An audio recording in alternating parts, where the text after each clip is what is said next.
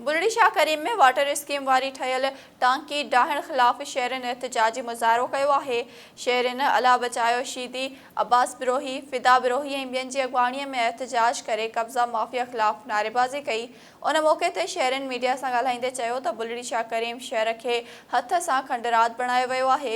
शहरन लाइ ॾिनल water scheme खे हलाइण बदिरां उन खे मुकमल ख़त्म कयो पियो वञे, जेको मज़म्मत जोॻो अमल आहे। हिननि चयो त वाटर स्कीम खे 35 साल गुज़री चुका आहिनि, पर शहरन के साफ़ पाणीअ जो हिकु फुड़ो बि नाहे मिली सघियो।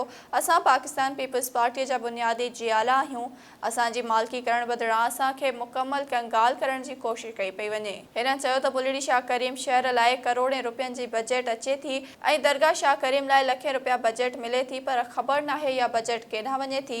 हिननि चयो त शाह करीम शहर जी नगरीअ खे तबाह करण जी साज़िश कई पई वञे। होॾां दरगाह हज़रत शाह अब्दुल करीम बुलड़ीअ वारे जे वक़्ती गादी नशीन जो चवणु आहे त शहर खे साफ़ पाणी मुहैया करण बदिरां उन प्रोजेक्ट खे मुकमल ख़त्म कयो पियो वञे, जेको ग़लति अमल आहे। हिन चयो त शहरन जे हक़नि ते धाणो हयो पियो वञे।